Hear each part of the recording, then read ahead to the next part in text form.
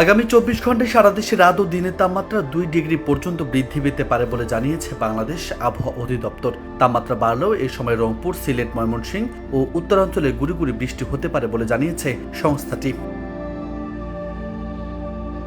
রোববার বাংলাদেশ আবহাওয়া অধিদপ্তরের আবহাওয়াবিদ ডক্টর মোহাম্মদ আবুল কালাম মল্লিকের দেওয়া পূর্বাভাসে তথ্য জানানো হয়েছে। আবহাওয়া অফিস জানিয়েছে, আগামী 24 ঘন্টায় অস্থায়ী আংশিক মেঘলা আকাশ সহ সারা দেশের আবহাওয়া শুষ্ক থাকতে পারে। মধ্যরাত থেকে সকাল পর্যন্ত সারা দেশে মাঝারি থেকে ঘন কুয়াশা পড়তে পারে। ঘন কুয়াশার কারণে বিমান চলাচল, অভ্যন্তরীণ নদী পরিবহন এবং সড়ক যোগাযোগ সাময়িকভাবে ব্যাহত হতে পারে। সারা দেশে রাত এবং দিনের তাপমাত্রা 1 থেকে 2 ডিগ্রি সেলসিয়াস পর্যন্ত বৃদ্ধি পেতে পারে। এদিকে সোমবার সন্ধ্যা 6টা থেকে পরবর্তী 24 ঘন্টায় অস্থায়ীভাবে আংশিক মেঘলা আকাশ সহ সারা দেশের আবহাওয়া শুষ্ক থাকতে পারে। তবে রংপুর, ময়মনসিংহ এবং সিলেট বিভাগের 2-1 জায়গায় হালকা গুড়ি গুড়ি বৃষ্টি হতে পারে।